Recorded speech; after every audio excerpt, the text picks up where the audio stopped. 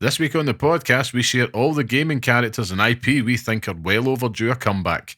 And on this week's Pixel Picks Showdown, it's a slobber knocker as we name the best wrestling game. All this and more on the Pixel Parents podcast.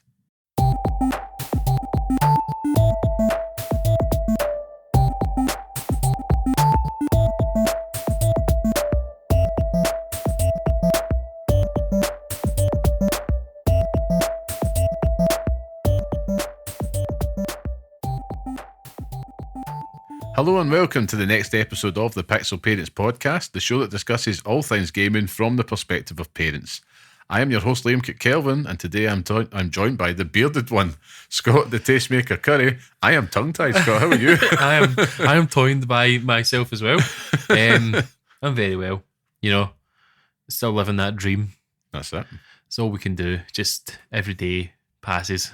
It's exhausting. It's exhausting. It's just life and everything that we know about it is just it's definitely a week later, you know. I can already feel this chaotic energy seeping into this podcast already. You know, I feel like the last few weeks have really turned a corner. You know, I started off this podcast in a way that keep yourself normal for a bit. You know, keep all the weird in, and now I'm like, nah, you know.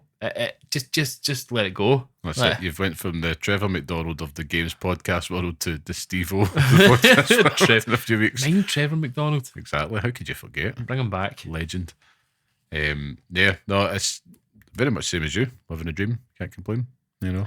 It's kind of, this week has just passed in a flash. You know. It's very quick. It's felt like one of those weird weeks. It feels like, you know, it was only like 10 minutes ago that we were recording, and now, you know, here we're back again. But a lot has happened since obviously we recorded last. So much. Probably so much we really can't get into it. If we want to get our main topics at this point. It's so full of things to talk about. Yeah. It's just ridiculous. But Shinobi's been busy.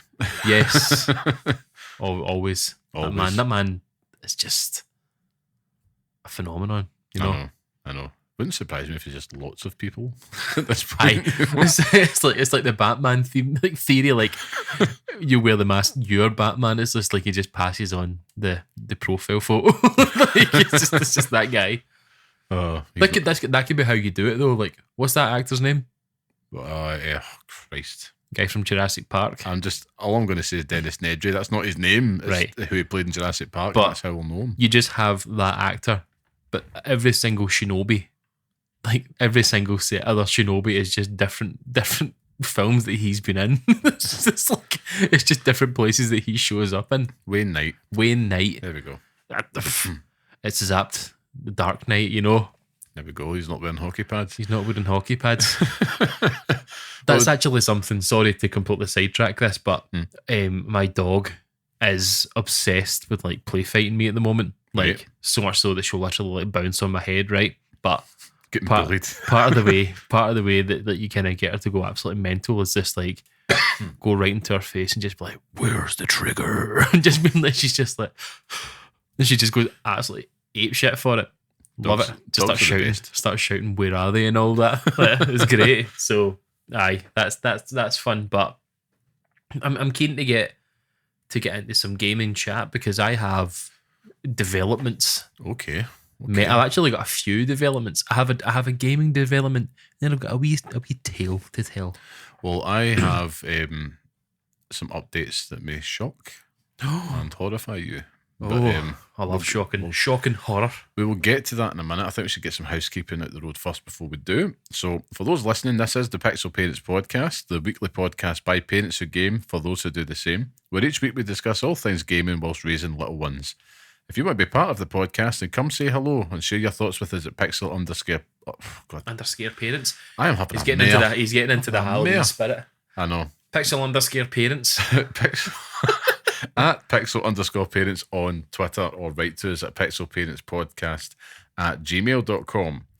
If you like what you hear and you want to support the show, you can leave a 5-star review and share this podcast online with your friends. It really helps us out. And of course, thank you to everyone that joins us each and every week. You're the best. We love you. So with that out of the way, Scott, what have you been playing this week? So I'm sad to say, or happy to say, that the Dragon Age Inquisition story has ended. It's finally at a close. Finally at a close. We've closed the chapter on this story. I finished it, not long after the last episode, to be honest with you. And I've sat on the information since then because I'm going to miss it. I feel like I could have. I feel like I should have waited until the Veilguard is like in my hands and then finished Inquisition. But having a bit of time now to sit on this and digest what's just happened to me over the past few weeks, I've hit upon something really special. I think Dragon Age is now officially a good game because I've played it. I don't think anyone knew this, but if you've not played Dragon Age, I would 100% recommend it. I can see why, as a 24-year-old man, I wasn't 24, I was 22. 22-year-old man that thoroughly enjoyed my time with Dragon Age Inquisition, having known nothing about it, being a 32-year-old man now, and getting deep into the woods. I was going to say I'm a 32 now because I'm still 32. It's not my birthday yet. You've thrown yourself off. The chaos is everywhere. I'm everywhere. I might be a year older, but I might not be. But it's so special. Those characters, and I think the good thing with Dragon Age Inquisition is that it constantly returns you back to the games that you've just played. So you've obviously got Hawk comes back. Yep. You've got Varric, the Templars and stuff like that. Like all these different people just keep on coming back, and it hits you with nostalgia from games that you've played.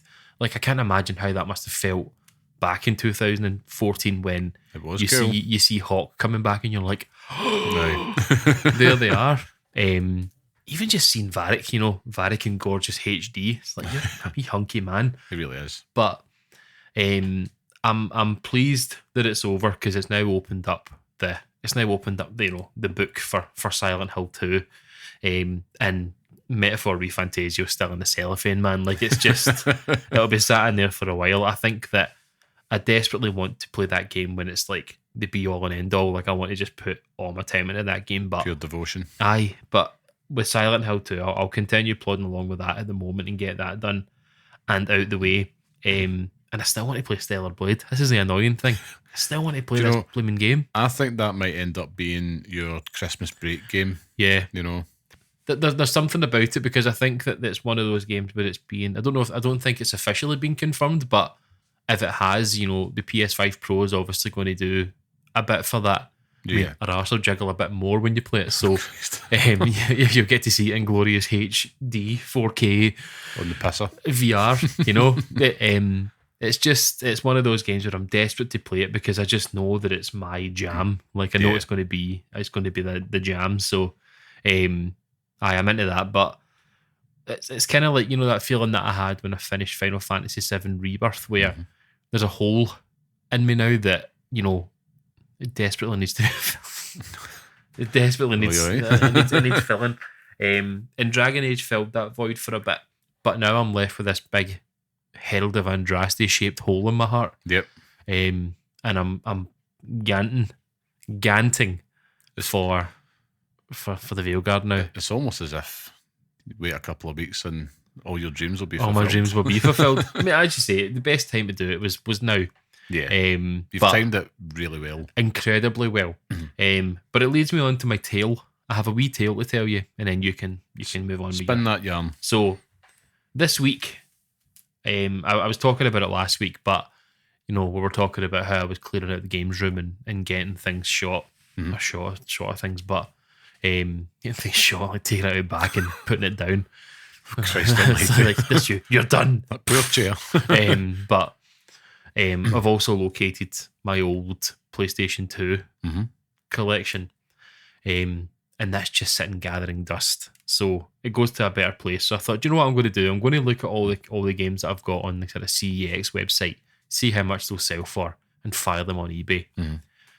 And I put up a PlayStation Slim with about 8 games. Right. The games are all nonsense. Like it's games that I think someone that has similar tastes to me will enjoy, but a very weird taste in games, especially PlayStation 2 games. Games like, you know, I put up that, and then I put up singular games like Def Jam Fight for New York, Metal Gear Solid Acid 1 and 2 PSP titles, Nice. Portable Ops, Onimusha 3, the special edition for that, which comes with 2 discs, which comes with a wee story as well. Yeah, okay. So put them all up thinking, if I get £100 out of all that, I'm doing pretty well. Mm-hmm. So time goes by, Def Jam Fight for New York gets snapped up almost immediately. Mm-hmm. £25. Nice. Like, out of nowhere. Seemingly quite rare on the PS2. Not sure why, but people want it, so someone bought it. Shortly after that, also sold Mortal Kombat Shaolin Monks for about £15-16 or something like that. Oh, right, okay. Because I actually saw a TikTok video of a guy who goes to CX all the time, and that's one of their most highest valued games. It's not that much. But it was like hundreds. Nice. But then again, it was sealed. Yeah, so it'll be sealed, but it wasn't. I done my due diligence on it, because I wouldn't have sold it otherwise. But sold that. But the big one, the big guy is Onimusha 3. Now the special edition seemingly is kind of highly sought after. Hen's teeth, to be said, and it must just because Jean Reno's in it. You know, is it Jean Reno? Yeah, it is. Yep. So he's in this game. So a game that I would have been happy to sell for 10, 15, 20 pounds maybe. Okay. 55 British pounds. Oh, nailed it. Nailed Slam it. dunk. So if you've been keeping up roughly with other games that were sold with Metal Gear Solid and stuff, we've got £100 in the bank. Nice. And that just leaves the PlayStation 2 and the games that go with it. I thought 40 quid at most. £70 later. Wow. Someone had bought this collection, so it's £170 in the coffers for the PlayStation 5 Pro. Lovely. And I'm just like, what else can I get shot of now? Like, what else can go? Because it is, as I say, it is literally just gathering dust in my room. Like, I've not turned it on in ages. I think the last time I played my PlayStation 2, I played it with you, and I was back. I think it was my old house, so it's not even like the new house. So, it's just sitting there doing nothing. So, I might as well go to someone that will look after it and want to do more with it. But, so it's just all funds in the bank for the PlayStation 5 Pro, which lessens that blow. Lovely. And now it is just, after I finish Silent Hill, and I think this is the reason why Metaphor's still sitting in that cellophane. It'll probably will do for a while, because I think I'm now getting to the point where the PlayStation 5 is going to be next out the door. One of my mates that I work with is actually looking for a PlayStation 5 now, so I'm just thinking I'll give it to him for 20 quid less than I would sell it for somewhere. Yeah, of course. Give him an eye and just kind of give him that, because he just wants it. It's like a FIFA machine for him. Do you know what I mean? So, I'll maybe just do that with it and just get a shot of that, so that then kind of builds up the coffers for the PlayStation 5, which, as I say, softens the blow of having to spend £1 million on buying this console that I don't need. But I mean, if you sell that, right, so you can get, Sony are selling refurb PS5s now for about $389 digital. So you put the disc drive in there as well. I think it'd be fair to say they'd probably punt that for about $430. So if you would sell like a used PlayStation 5, as I will be as well, because I've came to the decision, I'm going to do it, because I'm kidding myself on if I take that up the stairs. Because I'm not going to want to play it if there's a Pro down the stairs. So I'm like, $350 would be my starting price. But I've got some black face plates on mine as well. So I'm going to try and punt it for a wee bit more. I think the least I'd accept is $375, but honestly, I'm going to chance 400 quid. It's because I'm like, it's all there. Yeah. It's all there and it's in good nick. And it's less than what it would cost for you to get a refurb one, and it's came from a loving home. Yeah, well, that's it. That's it. It's just, there's no point in having it. Like, I wouldn't sit anywhere. So, just create more space for this absolute monster to come in and sit in my room now. And also, you should add it's a launch model, so that it has a better, I believe it's the better cooling stuff inside it that I totally know what I'm talking about. But They still have to take it better than apart and clean it and all that and get it all sorted. So takes 2 seconds. aye, Takes 2 seconds. I'll have a look at it and get it all sorted. But that's the story. So I've managed to clear off a quarter of what I'm going to spend on this PlayStation, so that's good. Yeah, and you'll get at least half of the rest of it. Yeah, you know, and then some. So, and then it's my birthday coming up, so happy days. get money for that. And then if everyone wants to chip in on GoFundMe and fire us over a couple of tenors for it, then You need to put that on Twitter, mate. I'll put it up on Twitter. I'll fire a wee note up on Twitter. It's my birthday coming up. You want to buy me a PlayStation 5 Pro? Give some money. Do you know, I'm totally going way off the track here, right? But I've often thought to myself, right, I'm bored and I'm sitting like watching football or something like that. And obviously these guys are multi-millionaires. And I've just been really bored thinking, I wonder, right, and it would be like a good social stunt if you could just write or tweet to all of these like squadded people with loads of money. Like, here, mate, I'm skint. Right? I work hand to mouth like everybody else. Gonna gaze a wee 10 grand. What half a duck's back and see which one of the celebrities take it up on it just for a laugh. Just for a laugh. And it's total begging, but I'm like, just to see which one of them does it. It's funny you should say that, because and this is honestly no word of a lie, and I'll show you the receipts for it. But every single time I'm drunk, and I'm talking every single time I'm drunk, I send Mr. Beast a private message on Twitter. Yeah. Like, go to give a tenner, mate.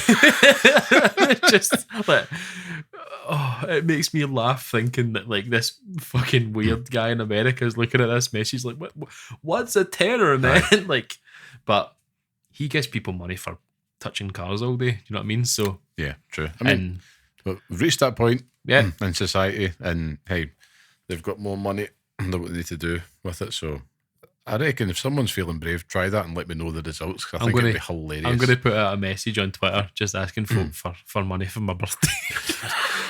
I really want a PlayStation 5, so go to chip in. Just normal people, not rich people. Just like everyone on Twitter. Oh, but listen, I wouldn't be surprised because these things ain't cheap. I mean, like, you wouldn't be the first. But no, it sounds like a pretty interesting week, though. It's been pretty cool. Like, really it's all developments that happened really all at once, you know? So, now I need to do it, and now because the last thing sold kind of earlier on today, so now it's just a case of getting it all packaged up and sent away, which is just a pure pain in the arse. So I know that's the thing that always I'm someone that's notoriously bad for like returning stuff. So actually at the weekend bought myself a t-shirt and I was like, cool.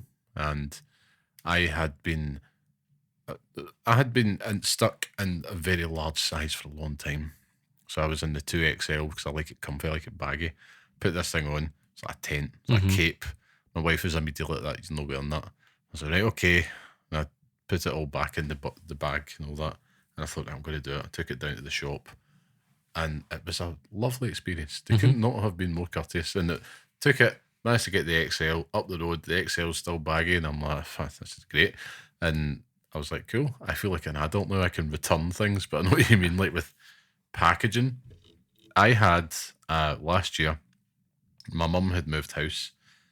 And when she was clearing out the garage where I had found said Pokemon cards, there was also a Lord of the Rings kind of piece of scenery from the Games Workshop tabletop game, which I never played. I just like collecting them just to paint, because I was big on Lord of the Rings, painting the models and stuff. But this was Helm's Deep. Beautiful thing, right? It was just like the main front part of Helm's Deep plus the side walls, which you remember from the films. I surely remember all this from the movies. Also, you're a massive fan like I.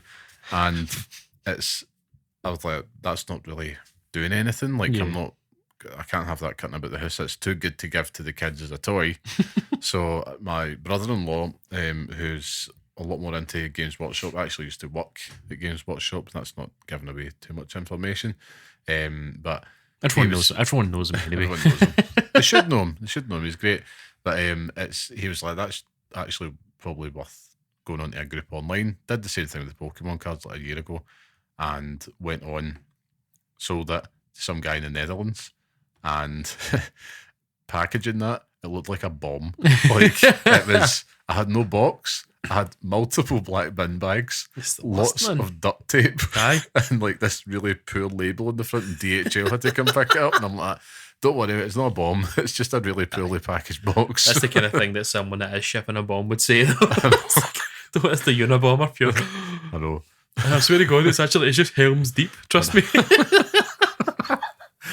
That's exactly what a terrorist would say. It's would you call it? One thing about packaging things, right? Again, these podcasts are just getting weirder and weirder, right? But see when you open something, so like see when you open up your PlayStation 5 Pro, say, right? Take it out of the packaging, try and put it back in. Why is it always harder to get back in? I'm not sure. Like, it's always, you sometimes just get it in just right, but then the box won't close enough. Aye. I think, I'm not sure why that is. If I remember, the PlayStation 5 had particularly crap boxing because it was like I know where you're going with this. eco-friendly. I know where you're going with this though, because in the comparison to the Series X, Xbox was unreal. That was an event, unboxing the Series X. The way, honestly, 11 out of 10, the team did wonders with that. I even remember distinctly opening it up because it was a week before the PS5 came out, and I managed to get my hands in it through lots of spam and refresh on game. But opening that box in the living room with my wife, and she's like, "Oh," and it was like, "Yeah, I know." It's like the scene from Pulp Fiction when like the gold all over the face. gold just all over the face. And then compare that to the PS5 unboxing, and it was like lid, pull it out, and there's just two like pulp molds. Yeah, that's held in. I'm like, oh, that's a bit disappointing. Do you know the best thing about the PlayStation 5 launch was though? Mine got delivered before yours, and if anyone knows Liam, like he's the stroppiest wee fucking weirdo on earth. Like if something doesn't happen for him immediately, the word "we." if something doesn't happen to him immediately, it is the worst possible. So it's like everything is the worst. So I remember getting texts because I had mine come in about 3-4 o'clock. No, it was later. It was later. I Me? remember. Aye. Yours was later then. No, yours was later. It was after tea time. Right, okay. It was dark outside. And when did you get yours again? It's the last delivery. It was like 8:30 or something like that. So it was like a couple of hours, but those few hours you were miserable. It was not even. It was not so much that I was panicking. So because you were sending me stuff on Twitter about like Ring doorbell cameras of guys like going to pretend to deliver it and walking away with it under their arm still. And that's the thing we forget. That actually did happen to lots of people.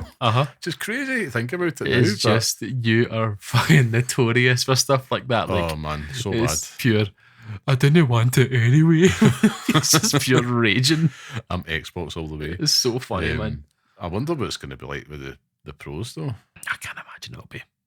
It'll probably be getting sent by every though, so they'll probably just like volley it over the fence. Literally just kick it into your door and stomp smoosh it into the letterbox. It didn't fit. So, it's in the blue bin. So bad. I mean, my delivery times up here are terrible. It's always at the arse end of the day. Which is in the past I would always like take a day off on big release days. To be like, I mean, not so much for that launch. It was COVID time, so you were in the house anyway. We'll be in the house anyway now, but I think now it's like you take a day off and there's nothing worse than a late delivery, especially if it's like a new game. You're like, oh man, that's like 4 hours. Or if you do get it early, and it's a big bastard install. To come back to the original question, in terms of what I've been playing this week, I have become the filthy casual this week. Oh goodness. FC25, man, it has me. It has me bad, Scott. I can't stop playing career mode. I really can't. Like, it's I don't even know what they've done differently. The menus now are different, right? I can't really put my finger on it. It's minuscule iterative changes, presentation wise. The tactics and stuff and all that in there as well. Yeah, but it's so good. I've put like over 45 hours into this already, which is disgusting. Nuts. That's disgusting. Considering it took me almost a year to put about 35 hours in the last one. Now I'm like, oh right, well now we're cooking this year, and I don't know what the time is going. It's quite incredible, to be honest with you, but it shows where my head's at just now. I'm very much in that comfort game experience mode. I think because my wife has hit the proper reality TV phase again, because she's a big reader. So she's been reading books like nobody's business the past few months, but rightfully so. it's been great because I'm like, cool, big telly's mine. And she's just been reading away, but I'm like, right, cool. So this is where the PlayStation Portal has earned its crust. My God, man. Like, I sometimes just sit and hold that thing and I'm like, this is fantastic. This Yeah, it's recreation. class, aye. Sure, I would much prefer if it was a dedicated handheld, but as a solution for families, I mean, I think some people call it the dad station, but if you're a mum or a dad, like, this is just perfect. Like, Yeah. And I've had it like so many mornings as well. Like, my kids have a really bad habit of getting up before the cockerels are out. So it's like 4 or 5 in the morning sometimes, I shit you not. And it's like, right, go downstairs and they're just playing, or usually at that point they're up and you've like, it's dark outside and they're just wanting to just do whatever. Because listen, I'm not getting them back to bed at that point. 5 o'clock's a very common occurrence. So I'm like, cool, do your thing, play about. Sometimes they'll be like, can I watch Bluey or something? I'm like, cool, out comes the Portal. It'll be 20 minutes. It's like, there we go. And yeah, long live the Portal because it's become my best friend right now to this reality TV. I mean, Married at First Sight UK, that's never off the telly just now. But I can't sit here and deny it's like any reality TV show. If your partner's watching it, you will get sucked in. It's like, that's just what happens. So I'm still like passively playing it. Zelda I've kind of put to the side a little bit in favour of FC25. Right, okay. But I did have intentions on taking the Switch with me on holiday this week. I've not done that so much, so yeah, it's just really been FC25 whilst I was back in Marvel Snap. But I've also peppered in some horror games. That's right, wee hand gestures. I've peppered in some horror games, Scott. Ooh.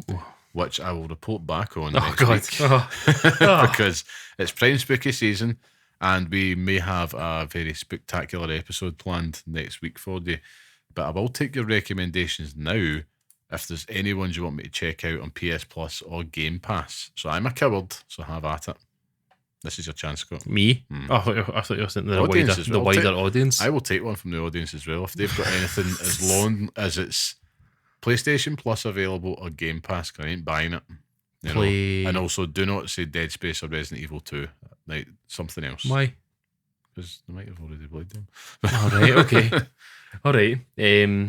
I'll have a think. I will. I'll come back to you on it. I'll look forward I'll to it. give you a loan of Silent Hill 2. Oh, that'd be great, aye. I can talk about how I soiled myself in next week's episode. I don't know what it is, man. Like, it's been quite a hilarious few attempts. My wife's been really enjoying it as I've just been sitting there, even like turning the lights off. And I'm just been, oh Jesus, no! That's the worst, man. Like, so there's bad. something weird though, because you can't play horror games in light. Like, you have to get it set. Yeah, I mean, Light a candle. We've got some other things planned for next week as well. That's it. Leo's going to Duke for Apples live on. I'm going to do my age-old Halloween tradition. I do it every single year. Turn off the lights in the living room, pretend I'm not in. But I still buy the sweets for the way. Oh, that's the worst. They came to the door. We're just going to have to eat them. Actual Tam from Still Game, man. Although, one year we did do it, right? We actually put out the bucket for the kids at the front of the house. And we thought, we got a tip from one of our friends, right? And it was like, what we did is just put the bucket out the front with the kids and a wee sign saying, help yourself. We did that. 10 minutes later, it was gone.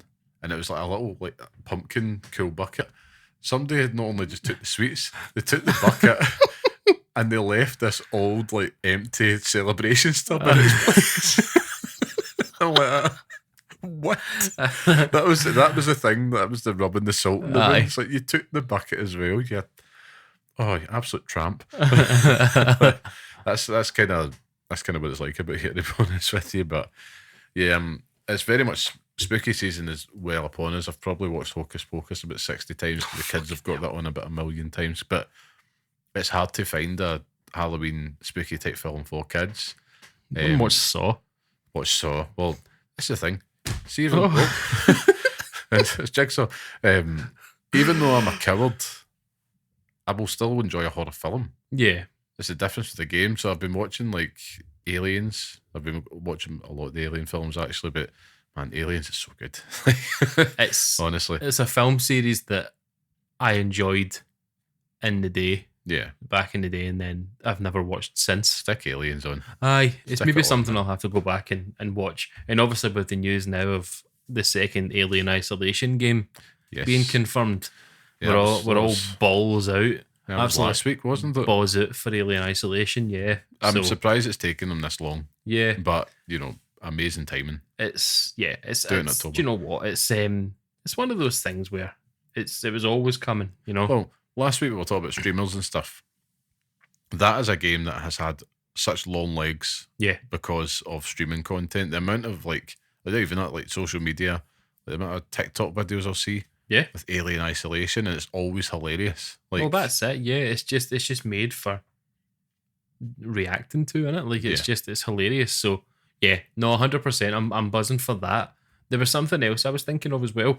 Right, I brought up Saw, right, and Saw is relevant because it obviously has its own game, right? So it ties to the podcast in Right, some way, okay. shape, or form, right? But and it's for kids. punch in the glass.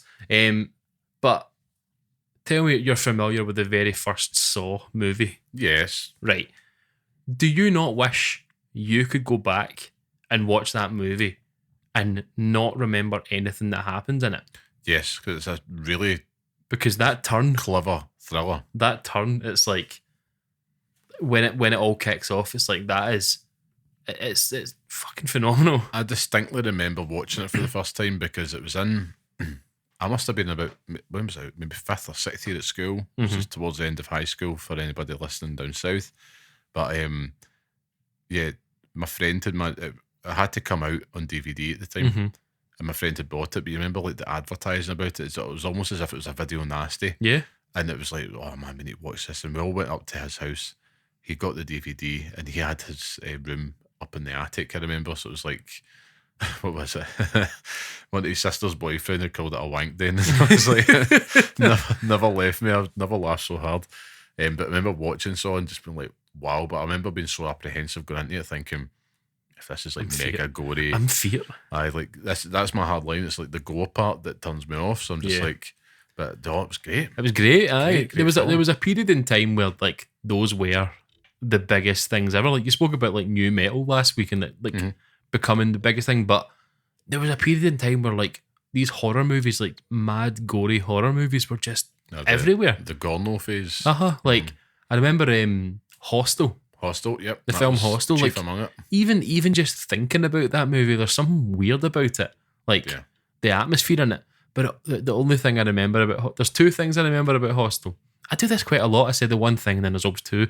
But there's a scene in it where the person cuts the Achilles tendon of this guy. Aye. I remember that. And also there's like a bit where it's like a body swinging over a bathtub and the blood is just dripping down on the person. I think, that's just something I've thought of in my head, but that was the same guy that made Eli Roth. That was the same guy who made Borderlands, wasn't it? It was, aye.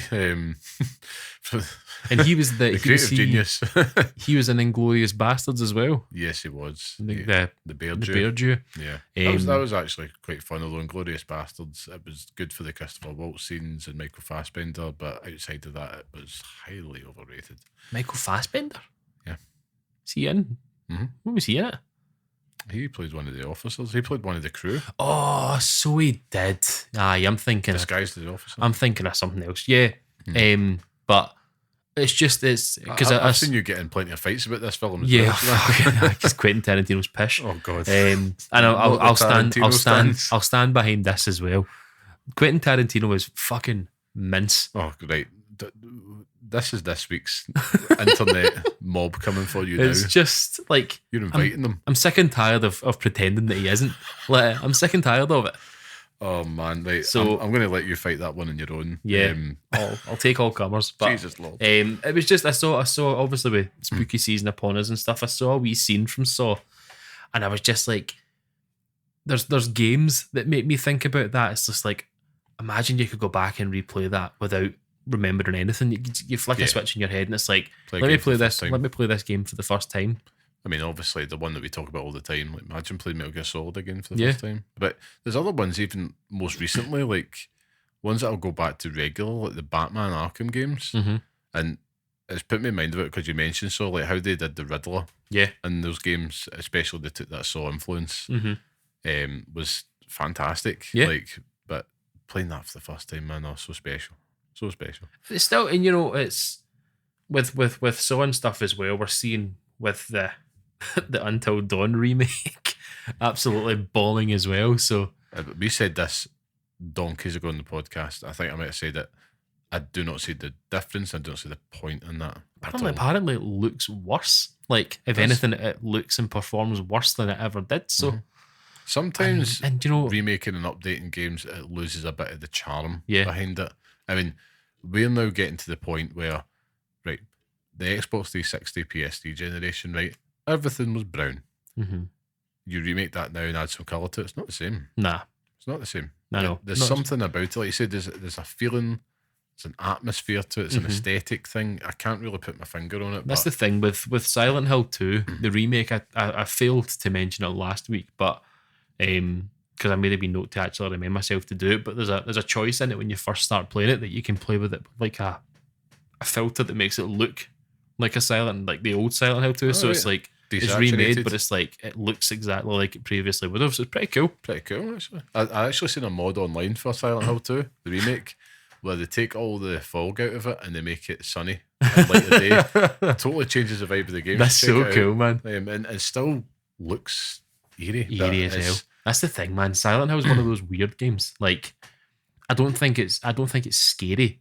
It's just weird. It's weird. It's more going down the psychological route. Yeah. And it's not a Resident Evil. Like, I think that's the one thing. I mean, Aye. if someone was to... So you're playing Silent Hill 2 remake, right?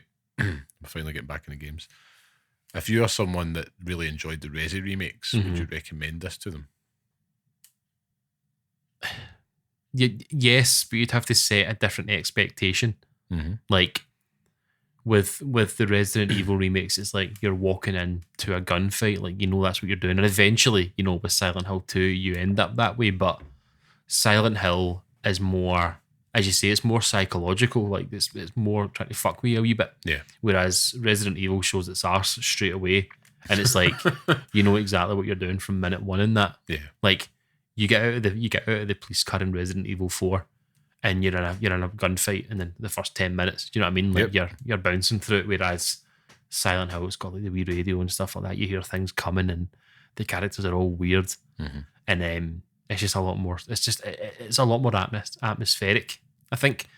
But I'm choking to get back to it because it's been good fun. I think And remake three now, like, well, it might after the success of this one. it's You know, Bloober Team, just do what you've done before. Like, you don't have to reinvent the wheel. Just remake these games. Like, there's a place for that. yeah. It doesn't have to be Metal Gear Solid, the Twin Snakes. Like, you don't have to ramp it up. Just make the game. Just make it with modern sensibilities. Make it look better. Yeah. It's a difficult space, though, isn't it? That is a difficult It's like- space. With Metal Gear Solid Delta, is like they're obviously changing things in that, but by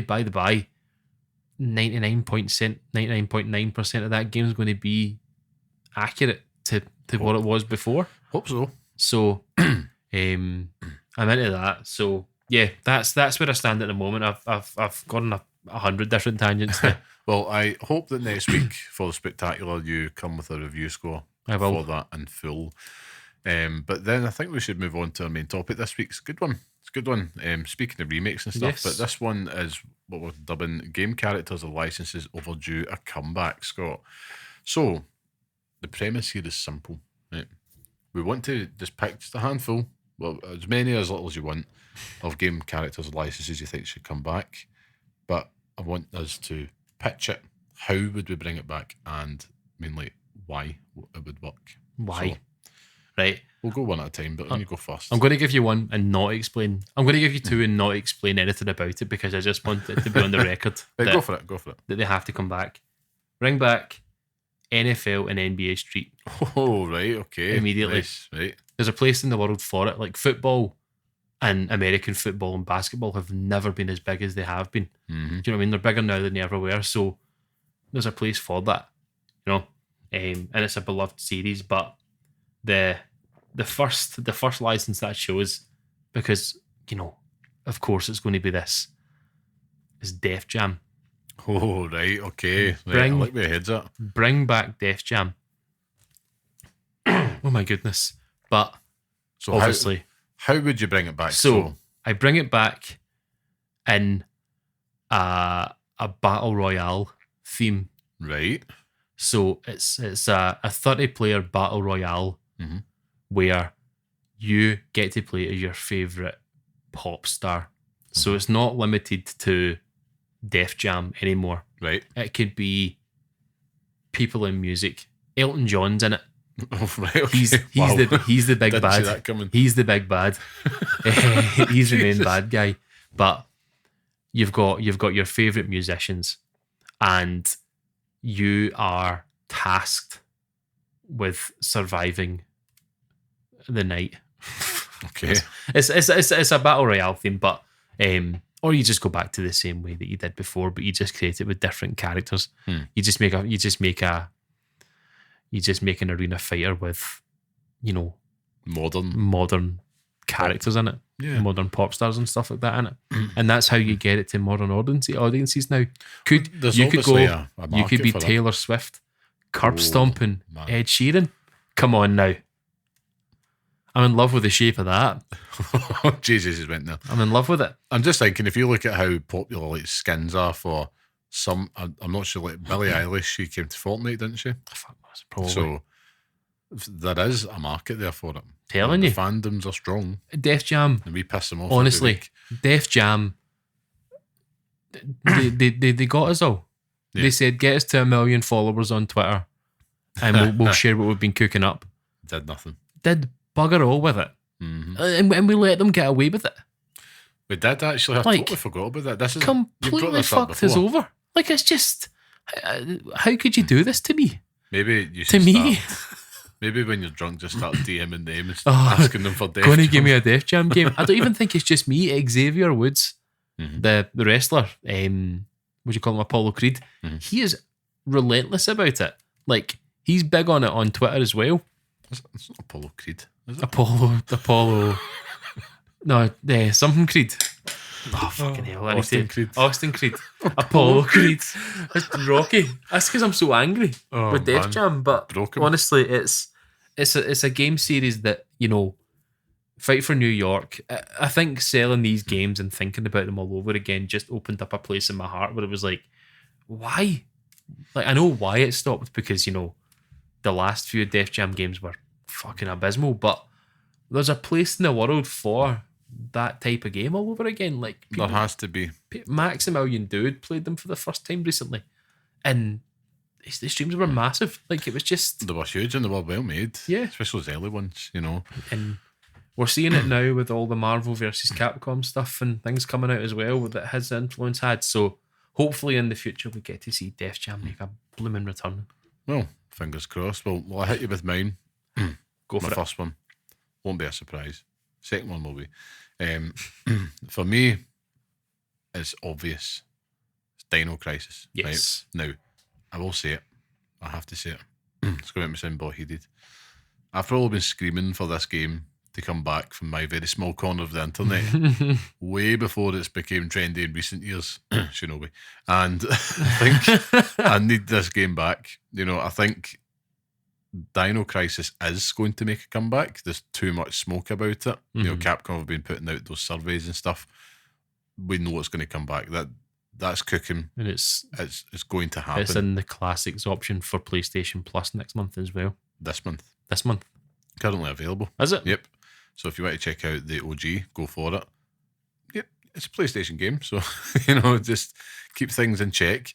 Very polygonal, but I think maybe by the time this podcast is live, it might have already been announced. Who knows?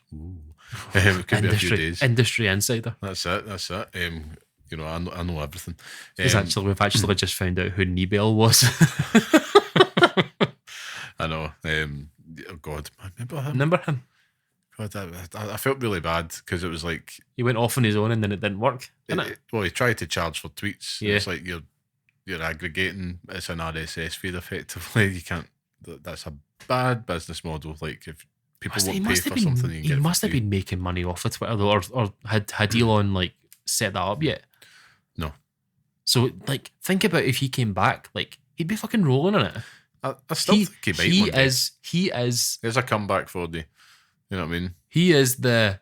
What's the guy? Here we go. The Fabrizio Romano. He's the Fabrizio Romano of the gaming industry.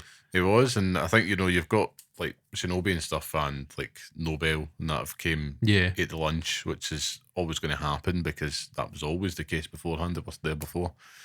But yeah, he's probably overdue a comeback because if he was to reopen that Twitter account tomorrow, forget about it. He could make so much money. Mm-hmm. So much money. But I hope the guy's in a better place anyway. He's obviously needing the break. Yeah. But he was doing the games industry a service. But come back to Dino Crisis, but I'm like, if you look at right now, we're in a bit of this horror game renaissance, and it's been fueled largely by remakes. Mm-hmm. Playing Silent Hill 2, Resident Evil, for example. And this is the time to do it. Better fidelity, better production values. It's time to make dinosaurs scary again. I feel so strongly about that because do it like the Resident Evil remakes, right? And you've got a winner. So I think about, me, like Jurassic Park is life. It is written on. I should have it written on me somewhere. But Jurassic World Dominion did more damage to the dinosaurs than that bastard asteroid that wiped them out. Like, it's time for Dino Crisis to make them cool again. Like, and I think if you were to announce that, Game Awards or something, and my God, people would lose their shit. They really would, because there's so many people out there like myself that would just, like, have been craving it. And it feels like that's one of the big ones now. Mm-hmm. There's things that always come about now because the callbacks for things to come back or be sequelized. Yeah. It's always the growing trend. Yeah. So Dino Crisis is hot just now. It's not as hot as like a Bloodborne 2, but there's always these ones that almost become a meme. Mm-hmm. And so I think it would work. I think it's a very simple pitch for that one. Just look at the template that Capcom have done with Resident Evil. Follow that, and you make bank. You do. You make bank. But they know how to make dinosaurs as well with Exo Primal. Exactly. I'm so disappointed, man. I believed for a second when that was announced. It's like we all saw dinosaurs, like, and what'd you call her? One of the characters in it looked like, was it Regina from Dino Crisis? Looked exactly like her. So it was like, why do this to us, Capcom? It felt like a very not so subtle nod. Square kick it right in the balls. So for me, there's a game series that I've been waiting for a long time to come back. It's been it's actually fucking knack, yeah. And the PlayStation 5 Pro is the best time to do it. No, it is a game series that has been rumoured to be coming back for forever now. And every single time that we hear nothing about it, it's just like, why do this to me? I know what you're going to say. I'm starting to take it personally now. I think I said this before. I'm taking it personally because Ubisoft are fucking me over here. But like, why you've got a million Assassin's Creed games? Mm-hmm. Like you made Skull and Bones. For fuck's sake, they did. They did make it instead of making a bloody Splinter Cell remake. Yeah, like with Metal Gear Solid out of the market at the moment, there is a gaping stealth hole in the world, and Sam Fisher needs to fill that hole now. It's such a good point though, because stealth games felt 10 a penny about 15 years ago or something. I wouldn't say 10, maybe 15, 20 years ago. You're right, like there's nothing there occupying that space really, outside of the indie space. Yeah, and the technology's there. Like you've obviously got, like, we've all got better tellies now. Like we've got darker blacks than ever before, lighter lights and different colours and stuff. It's like when you play Splinter Cell now, the old Splinter Cell, it's like, it looks like a PlayStation 2 game. Do you know what I mean? But if you had that on modern consoles remade, like we're talking about obviously remakes at the moment, but remake the first Splinter Cell game. Like, it's not a massive game, but it's just full of stuff to do.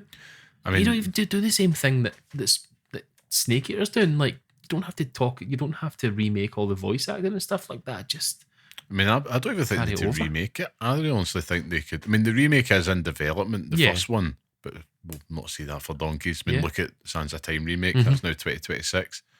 They could just announce tomorrow Splinter Cell's back, Yeah. and here's what it is now, like a modern iteration. And That's all it needs to be. Like, money. just take it back to what it used to be. Like, I'm sick of seeing Sam Fisher in the Splinter Cell property being reduced to like mobile games. mobile games and weird like hero shooter fodder. It's like, show him a bit of respect. Like, Yeah. Sam, like the Splinter Cell series was huge for Ubisoft, like way before other things. It's just like, I get that you want to make Assassin's Creed games for every single era in the world. For like me, just for yeah, me. for every single era in history. Like, we'll have a modern day Assassin's Creed game eventually, and it'll be like from the year 2000s. Surprised they haven't done that. I honestly thought they were going to do that after Brotherhood, but anyway, on you It's go. just like, it's there to be made. Just fucking do it. Give it to the team that does the Division. Like, I know, but yeah, I mean, well, they did Outlaws, didn't they? they did So, Outlaws, but it's just massive, but it's not. It doesn't have to be this massive. You don't have to iterate or change much about it. It's just like, give us a smaller in an scope. just a smaller in scope. levels, not an open world. I Mhm. mean, that's coming from me. That's all it is. Like- Just create this lore behind it. Like, obviously with Outlaws, they know what they're doing in terms of lore and the story that they're telling and stuff. Yeah, give You it. know, I think, but just build us something in that world again. I think you're right. I think it's well overdue to come back. It's stupid. It's stupid that it's well not. overdue. Like, honestly, if you are the one that are going, if you're the people that, you know, is it the Guillemots or something like that they are? Yves Guillemot. Are they like Guillemot? I'm calling them Guillemot. Guillemot. But are they? Is it they're selling it or they want to buy? The rumours circulating last week was that they may be looking to sell the company so because Get them to fuck the shares had tanked. dive bombed, especially after Assassin's Creed got delayed. Mm-hmm. And the sales weren't good or as expected on Outlaws, and I think the pre-order numbers are down on Assassin's Creed. It's just not looking good, so I think Tencent will potentially looking at it. Mm-hmm. It's not a great time, Yeah. Ubisoft, and Jesus Christ. it's a shame. I do enjoy a lot of Ubisoft games. I think they get a bad rep. I mean, for instance, a lot of the things that people would complain about it, like, oh, it's a 90-hour game, you know, boo. Metaphor Fantasia comes out, oh, it's a 90-hour game, yeah. It's these things don't wash with me, Scott. They don't wash. So It's just you know what I mean? Horses for courses. But nah. I think It's you're true. right. No, I do see what you mean. I just think that, you know, You're absolutely right. I think Splinter Cell, it's odd that it's it just hasn't mad. came back. Like, there's someone in the Eve Gamo. He just doesn't like good games. I think that's his problem. He just hates good things. Yeah, well, I'll move on to my They made next fucking thing. Mario and Rabbids. Do you know what I mean? Like, they helped You make loved that game. I How did, dare. but like, and they've made a million Rabbids games since. Like, come on now. Well, that's the thing. They're clearly trying to be a bigger cater to all type publisher, which is Hate it. very, very hard to do. Hate it. Very hard to do. But I'll give you my next one, which you maybe weren't expecting. Mine's, as we pregnant pause there, mine's is Golden Axe, right? Right. Okay. So, mentioned this a few weeks ago on the Pixel Picks Showdown, right? Which is kind of it's been kicking about in the head there since. And I've got such fond memories of playing Golden Axe with my cousin on the Mega Drive as kids. It was just absolutely fantastic. But I really do think that Golden Axe could work within modern expectations if you shake things up. So I would make it an action RPG type and something even akin to God of War. Keep the focus on the story. Stay with me, right? Because I've got a bit. Keep the focus on the story and maybe play into those like fantasy elements, obviously, that's there within it. So you've got the oddball hero opportunity here, right? So you've got Gilius Thunderhead, who is the dwarf. You've got Axe Battler, the barbarian. You've got Tyrus Flair, the Amazon, all brought together like through the loss at the hands of Death Adder. It's got legs. It could work. But I do think as well, because they've tried to reboot and bring back Golden Axe before. Yeah. But I think right now, because fantasy, like, it's the new Hansel. like it's so hot right now. So I think I would love to see it give that type of take with the presentation values and just give it a bit more of a meaty comeback and kind of shock and surprise. And there's so many ways you could take it because it is a little bit goofy. So if you fuse the trend chasing of like, right, hello Concord, you tried to go for that Guardians of the Galaxy vibe, why not chuck that in a fantasy type setting, the oddball team up type thing, all coming against like Death Adder, all these people that have like been wronged by him, a quest for vengeance between them, 3 different protagonist styles you could play as, different skill trees, could even be like just a simple hack and slash, but with a story that you try to make like a little bit of gravity towards it. I think it could work. I agree with you. And it also sounds like it's Grand Theft Auto and Dragon Age Inquisition thrown together. I hate to break it to you, but there was a Golden Axe action adventure game brought out in 2008. There was. That flopped hard. Created by none other than Secret Level. No, I'm very aware. I think it's due to come back now. I think that if you took it back to the OG characters, you have something there. Like, well, that's sort of people who have an affinity with these characters that you could reboot the franchise. Are they not? Is that not one of the games that's coming back with the Sega thing as well? It is, yeah, it is. So I think that I wouldn't really count that within it because I'm thinking, right, but it could be like the starting point for something like that. Could be a starting point, and if you go back to when they did try reboot it, 2008 was a bad time for games like that. Yeah. Like if it was like we were all playing Gears of War. Shooters, well, like that was back in the day where Xbox 360 is the first person shooter machine, and we were all on there and we were all drinking the Kool-Aid, and it was great, but we weren't really at that point. I mean, like this is like a pre-Mass Effect 2 world, you know. It's true though, yeah. No, I totally agree with you. I just think that there's definitely something there, and even though I think what should be said for this is that even though a game has failed to be popular, it doesn't mean that it can't be successful. Exactly. Which leads me on to my next choice. So there's a game character actually that I would love to come back. Right. I think the world needs. We spoke about mascots very early on in this podcast. You're actually going to say Knack. I love it. Oh well, here we go. But there was a game series that I remember from back when I was younger, and it became I think it was maybe a cartoon first, maybe after. Can't really remember, but it was batshit mental. Like, it doesn't make sense. Even now, it doesn't make sense. But I think that you could create an entire franchise. Toys, everything all over again. It could come back and it would explode.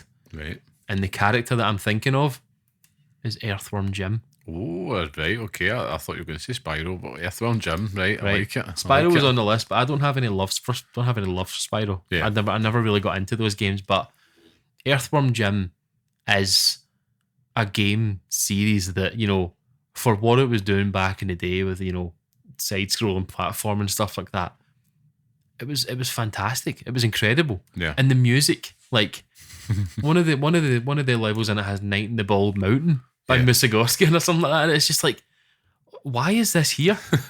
My favourite thing about the games was that when you finished the level, you had the cows. Yeah. And these things go, well done. And like you would have them and the voice would change. Like, well done. And it's just like, yeah, man, I'm into this. But children are weirder than ever before now. Like, We've had the success of TV shows like Adventure Time, Regular Show, like Steven Universe, all these weird shows that I think that you could take an Earthworm Jim and just slot him right back in there. Could work. Definitely could work. Or you give him his own game series because back in the day when they released Earthworm Jim 3D, it was pish. Yeah. So just take it back to its roots and just give them just make a platformer again, like 2D platformer. Platformer. But worst comes to worst, that doesn't work out. What you do, right, to bring them back into the public eye, make them successful again, is put them in Fortnite. It's very true. Give him, That's it. give him his weird ray gun, and you're good to go. Well, And instead of, right, now Epic, you listen here, and you listen good. You give him his ray gun, that's fine, but instead of the pickaxe that you use to break things down, he takes off his head and he whips it. oh, right, yeah. There you Yeah. go. I'm making money for you. Money. Like, That would work. it would work perfectly. And that would still constitute a comeback, even if it came back as a Fortnite skin. You know, Mhm. I would Like- still count that. I'm now Well, going to go hard on supporting Therefore and Jim for Fortnite. well, speaking of Fortnite, that leads me to my next. My last meaty pick. I've got a few honorable mentions I'll finish with. This is my last meaty pick. So you mentioned Fortnite. My one feels so obvious, Mhm. right? But I was thinking about what ones have been fudged. I mean, I had Golden Axe beforehand. This one definitely was fudged and it needs to be brought back properly. Guitar Hero. Like, Oh, I think the world needs it back. I think the biggest problem it had in its heyday is that we've got too much of it. Yeah. And the last release was almost a decade now. mhm. It was Guitar Hero Live. And they did fudge it just by trying to mess with the formula. They changed the controller so it was stacked. Instead of just a simple 5 buttons, it was 6, 3-on-3 stacked. And they can, if they could put greed to one side, right? I'm living in a perfect hypothetical world, right? Because Guitar Hero Live had they doubled down the DLC aspect with the Aye, channels so you and pay all for that. them. But I would simply release Guitar Hero with that standard 5-button controller that we all know and love, and just have a base set of songs Mhm. and just keep the focus on the arcade fun, even if it was just packaged with 50 songs or something.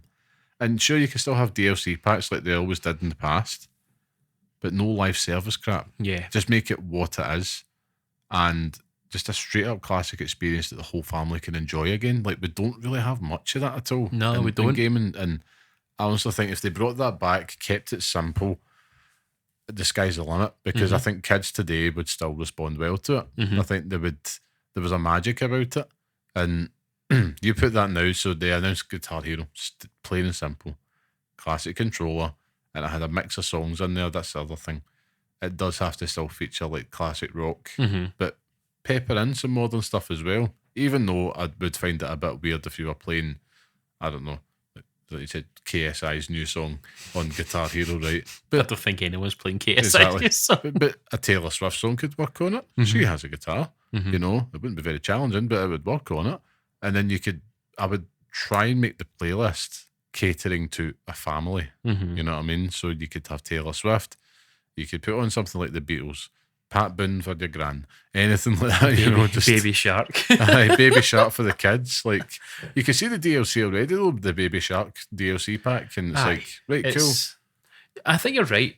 I would also rebuke, if that's the word that I'm thinking of, but I don't understand what Fortnite's doing with Guitar Hero at the moment. Can I They're can I trying to- buy a Guitar Hero guitar and play that on there? You could buy it, I think it's a Rock Band one. I And don't they're understand. developing, so it's for Fortnite Festival mode, which is a rhythm based Mm-hmm. part of it. They do have aspirations, and they're very much like, they love Guitar Hero, and they do think it's the Guitar Hero Rock Band should come back. Mhm. That's what they're aiming to do if That's they cool. nailed it. But it's the peripheral side, and the thing that we got wrong with Guitar Hero, or they got wrong, it was too much of it, and they Yeah. started to get greedy. But it was, in its heyday, it was good because you bought the base game and the peripheral, and you went away, and Yeah. it was like the arcade challenge. And then they started to sell just the game on its own, but you could get the replacement peripherals and stuff like that, and then there's just drums and all the rest of it. So it was like, it became a bit of a accessory greed, and then it became content greed. Yeah. But if they just kept it, if you look between Guitar Hero 1 all the way up to Guitar Hero Metallica, which I'd say was the golden years, right? After that, it started to really, wane a bit. But if you were to announce that tomorrow, Oh, I would buy it immediately. exactly, Like, I would run it. I would. write down a check, Uh-huh. a blank check, write down a number, you pay it. Like, that's what would happen. Yeah, 100%. And I think that's well overdue, Mhm. because yes, we all remember that having these peripherals absolutely clog up parts of your house. Like, But my God, So is much it not? fun. What a feeling! Like, I remember finishing Freebird on Yeah. Guitar Hero 2 for the first time, and I went and told my dad, and he was like, all right, okay, that's fine. Like, cool. Getting pictures of the South Park episode. It's real to me, damn it. But yeah, and also playing it for my first girlfriend before my now wife. The day that Rangers lost the UEFA Cup final against Zenit St. Petersburg, we went to my house and I played Guitar Hero before the game started when she came over. Fair to say that never lasted long, but aye, what a time to be alive, man! Like, excellent. It was like lightning in a bottle back then as well. It was excellent, and it had its finger on the pulse. Like the music on it was always sort of, you had that nice eclectic mix of, you know, older songs that you could get into, but also newer songs that really sort of kept it moving. So it was quite cool. And Rock Band, I thought, were probably a little bit better at getting the newer artists in. Yeah, but you'd see, if I say Guitar Hero, Rock Band can be included in this as well. The thing with Rock Band though, like Rock Band, the Beatles was impeccable. Like having, mate, I played that so much. I played it before your mum's wedding. Yeah, like I played it with. Yeah, I played it before we went, but it was like specifically made videos for it, like as the characters, as like the Beatles. Like so it's much, just like it's wild, so much love and attention. Yeah, that game at the time when it came out, I was like, this is so perfect. And then I remember just buying just the game because you could use your Guitar Hero controller with it. Didn't last long. Ended up going out and buying the full bumper thing because I wanted the Paul McCartney bass controller and I wanted the drums. Naturally, being a drummer, I played that to death. Yeah. And I just used to sit there with my headphones on because it was just a lag. And oh man, I was so happy. So happy. But yeah, you get any honourable mentions on your list? My final one. Well, I've got two. Right, I've got a big one and a wee one. Okay. A big one and a daft one. So the big one that I think has never been done right. To be honest with you, has always been, you know, you've got like always the bridesmaid, never the bride. This one's always like, you know, other bridesmaid. It's never really had its day in the sun. Is Wario. Yeah. Like WarioWare's good, but it's not Wario. Yeah. He's obviously had his time in the Game Boy Advance days with his games, but give us a proper Wario game. Like proper Wario Land type thing. Why is Wario Mario's whatever he is? Like upside down Mario? Like what is like I know that they've been on vacation for a while. Multiverse Mario is Wario. Like you never know. Switch 2 in the horizon. I just think it's silly that we have Wario and Waluigi. Like Waluigi is just there because it's Wario. Do you know what I mean? Like give me some backstory. Like, why do they look like that? Give Wario his time, man. But final one for me, and this is the daft one because nobody wants this game back, but just re-release. They want it remade. Don't want anything changed. Bring back Cool Spot. Yeah. Bring back Cool Spot right now. Oh man, could you imagine? Virgin Interactive, like Richard Branson, get off your fucking weird island and get Cool Spot by made again. I know you're a bum. Well, I've got a wee list here, but I'm only just going to say the titles because I think go for it. Sorry, Jack and Daxter. Jack and Daxter. I think that would be received well. I think that's what I've kind of kept in mind. What would I think be overdue a comeback and what would be received well? Here we go. So obviously I put Splinter Cell in there. I've also got Halo, Max Payne, The Order 1886, Bioshock, Star Fox, and Parasite Eve. All together. Parasite Eve. If you're Jeff Keighley just waiting to poach the biggest announcement, any one of those comebacks, slam dunk. It's Parasite Eve out of all that list is just to be remade now. Good grief. Yeah, 100%. I'm all in on that. People would lose their onions for them, Scott. Yeah, lose their onions. But I and think Square Enix would be daft not to. Like sitting on cash. They're sitting on hundreds of cash, like Chrono Trigger and stuff as well. Disgusting. We never know. The Game Awards isn't that far away, so who knows? Maybe we see one of these things and we can go, wow, I've manifested that. I actually did this. Cool Spot's back.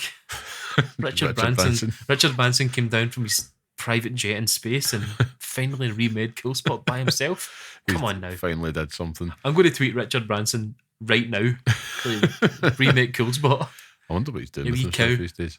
Probably he's setting up private chartered flights to space. That's what he's doing. What an absolute moon unit. Anyway, I digress. I think it's time now for the Pixel Picks Showdown, where each week we each pick a game from our chosen theme and decide which one deserves to live on in the hallowed Pixel Picks list, which is a definitive list of the best games we recommend to pass on to the next generation of gamers. So last week's theme was co-op games with Keep Talking and Nobody Else Explodes, becoming the latest addition to our list. I nearly like forgot that for a how second gentle there. you were with that there. So I was like, I'm going to trip up over this word. And so, of course, this week's showdown, we're going to be debating what the best wrestling game is we think should feature on the Pixel Picks list. Now, I should add the caveat, we have had a discussion about this through listener mail donkeys ago. It was never official. Mm-hmm. This is our chance to get in the ring, so to speak, and see which one we want to crown as the best wrestling game. Now, of course, last week's winner. Oh my God, he's gone. Oh, I've gone. I've totally gone. The chaos is winner. back. Last week's winner was, of course, yourself. Of course, yes. How could I forget? And so I'll go last. So let's go. I'll go first. I'll go first then, of course. Mm-hmm. Honourable mention and your pick. This was a tough one. It is. And do you know, it's not because I have loads of games that I really love from back. Well, I do, right? Of course I do. But they all sort of merge into one in my head. Yeah. Like, see that period of Just Bring It, Here Comes the Pain. That side of that side of the sort of SmackDown coin. They could have been one game for me because I don't remember like the differences between them all. I know that it was Just Bring It that had Fred Durst in it. Yep. That's what I remember about that. And we had that conversation about how you unlock Fred Durst and stuff like that, right? But and the hipster answer would be No Mercy. But I don't have that. I don't have that love for No Mercy, to be honest with you. I'm going to come back. I actually prefer WrestleMania 2000, to be quite honest with you. Mm-hmm. And the world is screaming WCW NWO Revenge as well. Like, but again, in my head, absolutely not. So, my honourable mention for this week is not a game that I like. It's a game that I love. Oh, okay. It's a game that nobody else probably enjoys in this world. And it's not a WWE game. Oh, I love it. Right? It is a game that, if you go and look at gameplay for it now, it looks like crap. It is a game from one of your favourite television shows. Oh, right, okay. Right? Mm-hmm. And this is a game that I rented. Right, I know what you're thinking. Here we go. Right. And it's Simpsons Wrestling. Love it. Love it. Just for Groundskeeper Willie. Yeah. Like, make room for Willie. Just make room for Willie. It had to be, somewhere in the world has to document that Simpsons Wrestling was a thing. It was terrible and it looks horrible.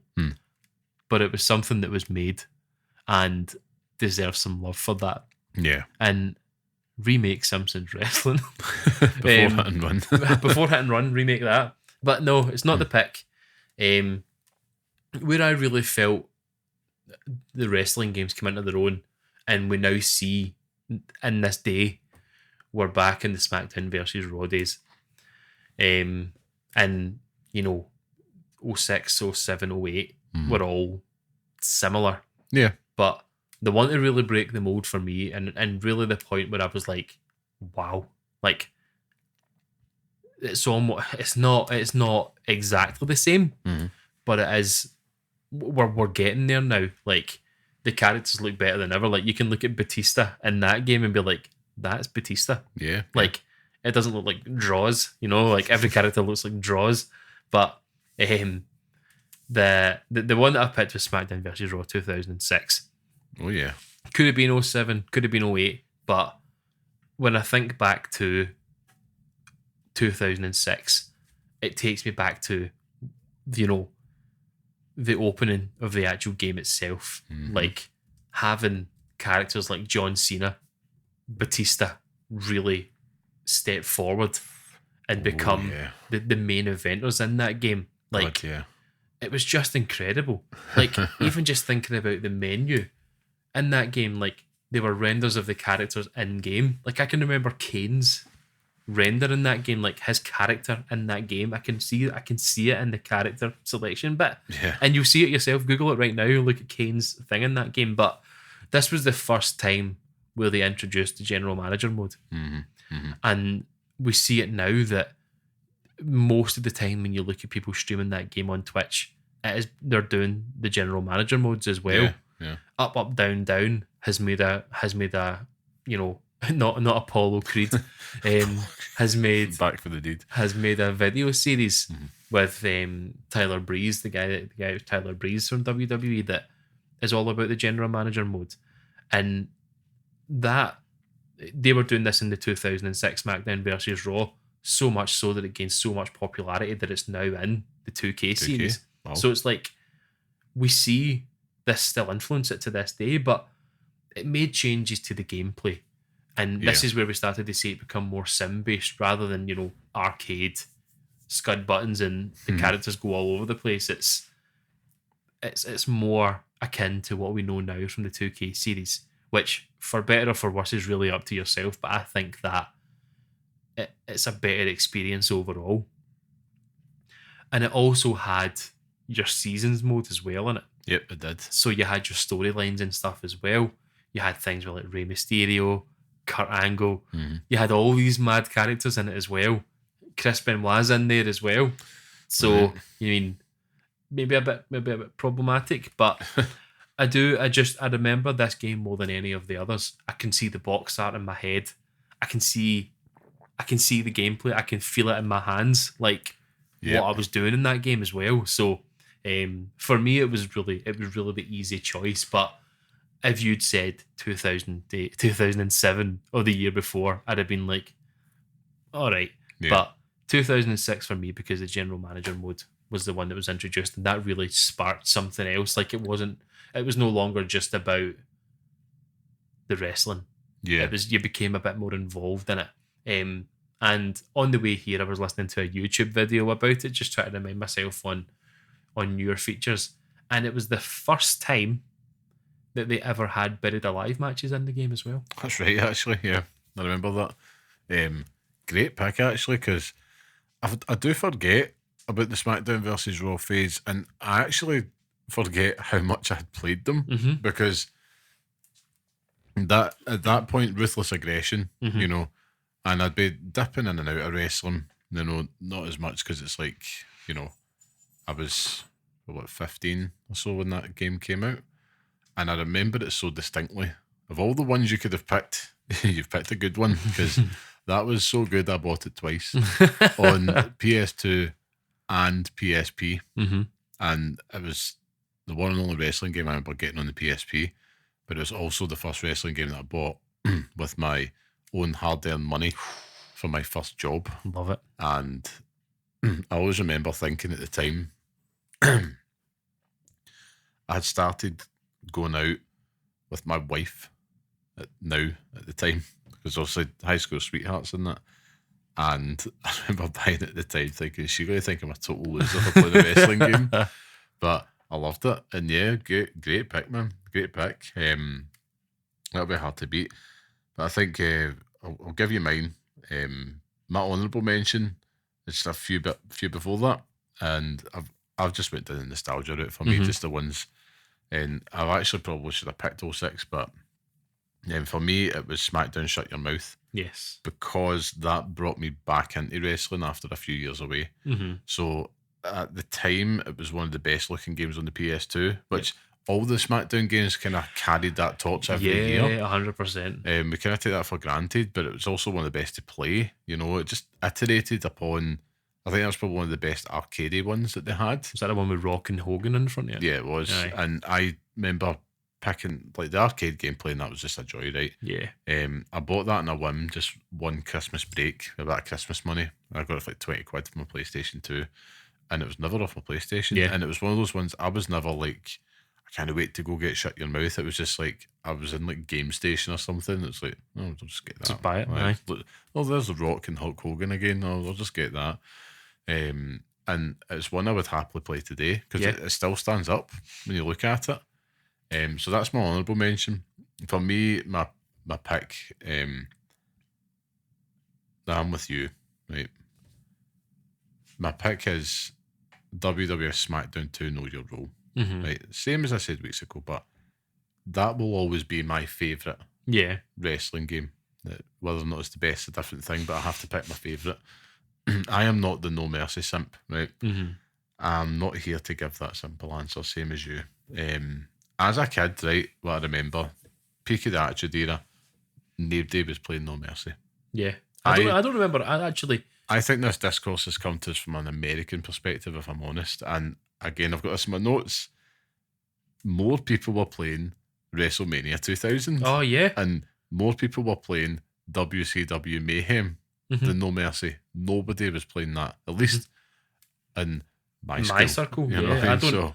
I honestly couldn't even. I can see the box art. I know exactly what the box art looks like, but I honestly couldn't tell you anything more about it. Well, I do lie, actually. There was one kid I remember at school that did have No Mercy, and we played it at his house, but I remember thinking, I'd rather play WrestleMania 2000 was a better game. It was after the fact.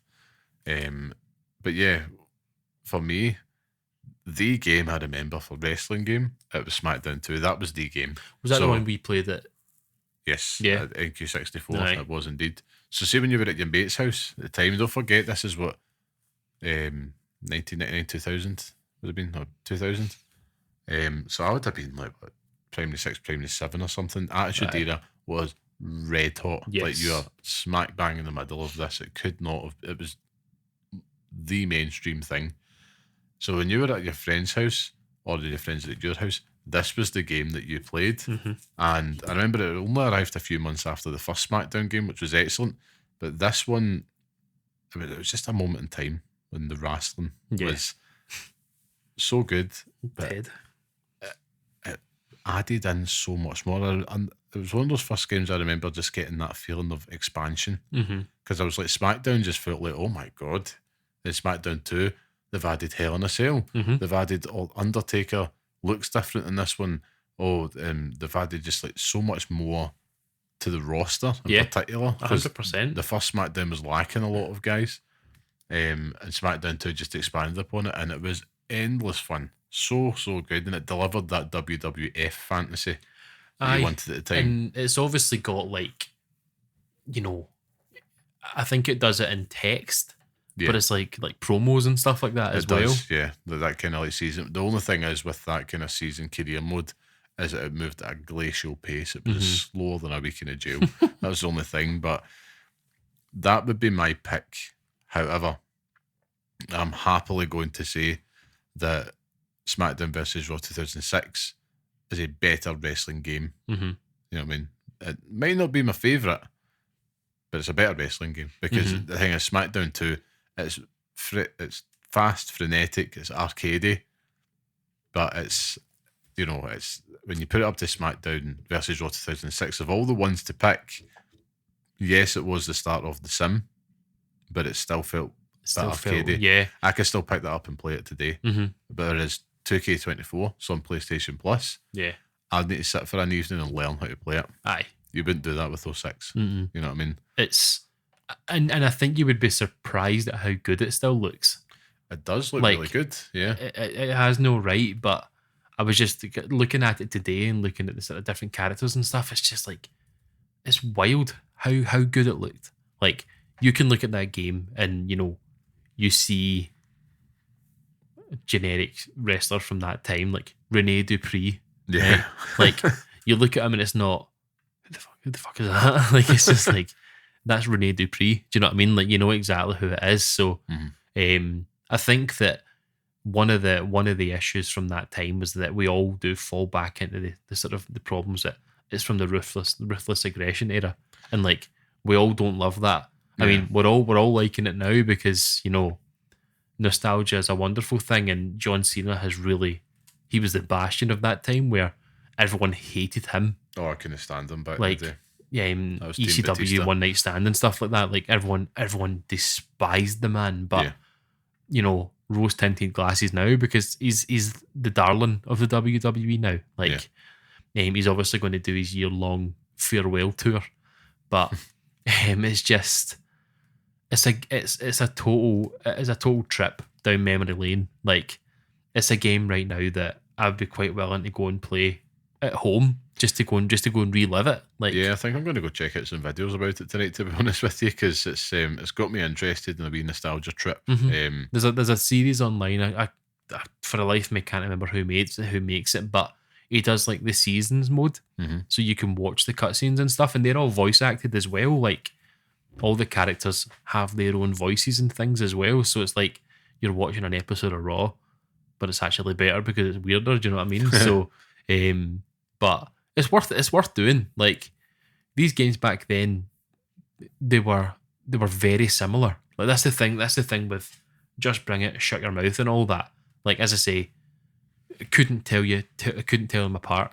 No, but and your SmackDown versus Raw series were very similar as well, but they just made small changes to them that made them so much better. They were the annual release, you know, but they were a staple. Yeah, and I think the roster updates, they would tweak some stuff, make some slight improvements. But 2006, like it was as good as it was getting, and really at that point, it's like they have the big spike moments. So I mean, for me, I think SmackDown, when that came out on PlayStation, that felt like, right, okay, this is what we're going to do for the next wee while.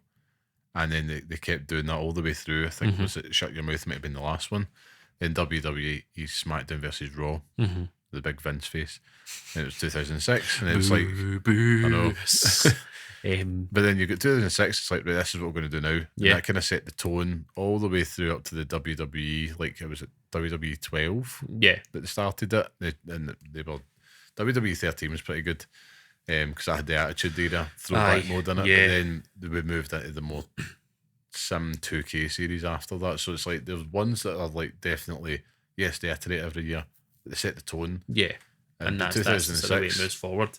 The one thing I'll say, and I'll end it on this, what you don't realise about SmackDown versus Raw 2006 is it has every single pay-per-view stage. That's right. And it has WrestleMania 3, I think it was, when it was outside. And it also brings back all your legends and stuff as well. I think this had the return of Stone Cold Steve Austin in it as well. So come on now. Yeah. Come on now. What a package. What a package. And Chris Masters is in it as well. Yeah. Bonus points. A good package himself. Excellent. Well done to WWE SmackDown vs. Raw 2006. You are the latest addition to our list as the best wrestling game. But I think now, of course, that brings us to the end of this week's podcast, Scott. So thank you once again for joining us. And if you like what you hear, enjoy the podcast, leave us a wee 5-star review. It helps us out and makes a big, big difference. Now, test time, Scott. Where can people find you online if they want to follow you? Test time. Test. We envy the angels. Oh, we do. Llamaman91 on all your social media outlets, all your favourite social media outlets. That's where you can find them. Go and tweet Richard Branson and tell him to bring back Cool Spot. Yes, that's your task for this week.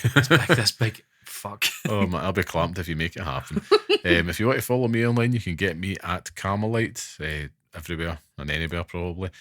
And of course, thank you to our producer and music man, the talented, handsome, be wonderful Mr. Sean Murray. Thank you so much for all you do, Sean. You really do make all this possible. So we love you for that. He's the best of us. He really is the best of us. What a man. What a mighty good man. And of course, you can listen to the next episode on all major podcast platforms or follow us on Twitter at Pixel_Parents. And of course, write to us at pixelparentspodcast@gmail.com. Until next time, stay safe, stay sane, and thanks for listening. Bring back Cool Spot immediately.